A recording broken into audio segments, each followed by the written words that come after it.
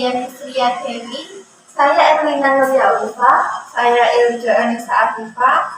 Saat ini kami akan melakukan diskusi tentang usaha yang kami jalankan pada tahun 2021.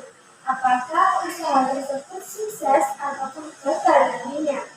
Mari kita mulai sesi diskusi kali ini. Sebelumnya, usaha yang kami pilih yaitu WO yang saat ini berjalan. Masing-masing dari kami sempat mengusulkan ide untuk usaha yang akan kami jalankan. Berikut ini ide-ide yang pernah diusulkan. Sebelumnya, saya pernah mempunyai ide bagaimana jika membuka usaha pecah belah saja. Karena pecah belah nantinya bisa kita kembangkan menjadi souvenir dan hantaran juga lainnya yang menyangkut dengan pernikahan. Dan sebelumnya saya mempunyai ide untuk membuat restoran dengan desain interior yang menarik. Untuk saya pernah mengusulkan bagaimana kalau kita buka butik saja. Karena untuk usaha fashion ini sangat memiliki keuntungan yang besar ke depannya.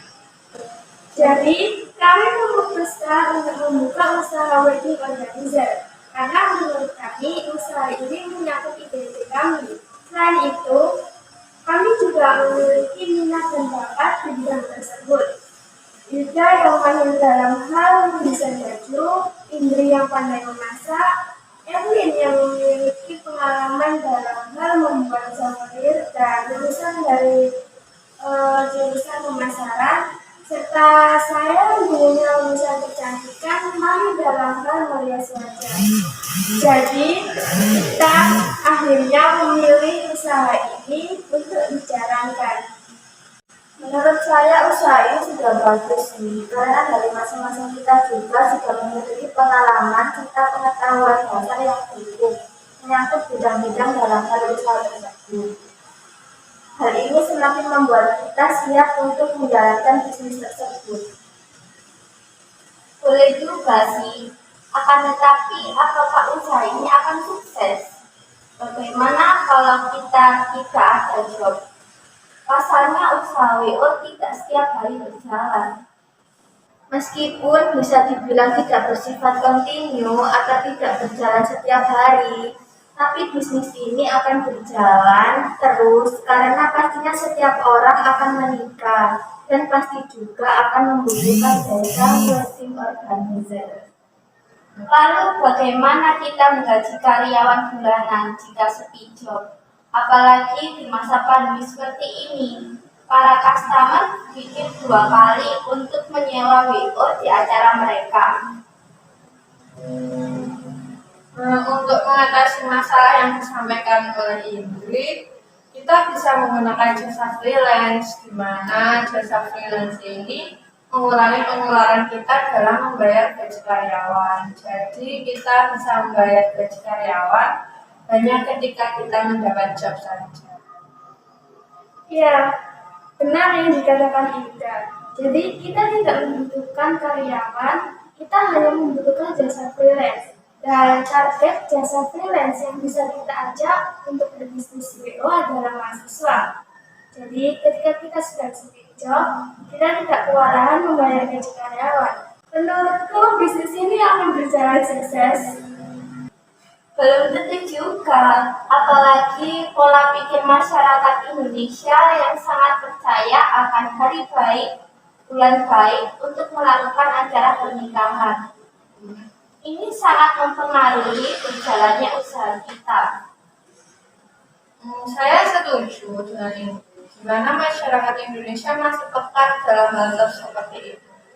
Tapi kita juga sudah berusaha semaksimal mungkin dalam meningkatkan usaha kita, seperti dengan menyebarkan brosur, promosi melalui sosial media, dan ketika ada event-event kita juga ikut, serta menyesuaikan harga yang terjangkau oleh budget konsumen.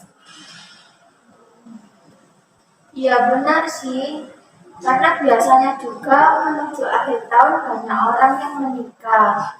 Walaupun dengan resepsi yang sederhana karena masa ini juga pandemi.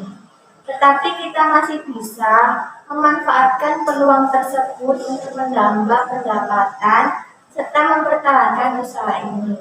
Jadi, kemungkinan ini akan sukses di tahun 2022 nanti. Benar yang dikatakan Erwin, biasanya menuju akhir tahun banyak sekali orang yang akan menikah. Kemungkinan besar, usaha kita akan laris-manis. Kita juga bisa memanfaatkan malam tahun baru dengan mengadakan bazar untuk lebih memperkenalkan bisnis kita ini.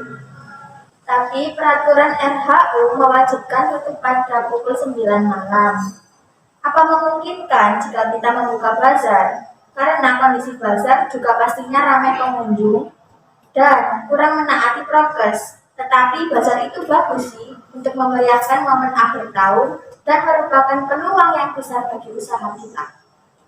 Nah, betul. Kita bisa mengadakan bazar sampai pukul 8 malam dengan tetap mematuhi protokol kesehatan, di mana bazar tersebut dibatasi kuota pengunjungnya. Dengan syarat para pengunjung telah divaksinasi dan menunjukkan bukti vaksinasi dengan scan barcode yang telah disediakan. Ya benar yang dikatakan Indri, selain itu juga kita sudah membuka platform online gratis yang memudahkan para pelanggan kita untuk melakukan konsultasi dan mengutarakan keinginan mereka untuk acara pernikahan mereka. Nantinya platform ini juga akan lebih mengenalkan usaha WO kita dan sangat menarik masyarakat karena platform ini gratis. Baiklah, kalau begitu, jadi dapat disimpulkan bahwa usaha yang kita jalankan akan sukses nantinya. Meskipun usaha ini tidak berjalan setiap hari, karena tidak setiap hari orang akan melakukan pertunangan atau bahkan pernikahan. Namun pastinya setiap orang akan melakukan pertunangan atau bahkan pernikahan, dan pasti juga membutuhkan jasa wedding organizer. Dan dalam menjalankan usaha ini, kita hanya membutuhkan jasa freelance untuk menghindari kewajiban membayar gaji pokok bulanan karyawan saat sepi job, serta meminimalisir kerugian dalam bisnis wedding organizer. Cukup sampai di sini diskusi kita pada hari ini. Untuk teman-teman, terima kasih sudah meluangkan waktunya untuk melakukan diskusi ini. Mohon maaf bila ada salah kata. Wassalamualaikum warahmatullahi wabarakatuh.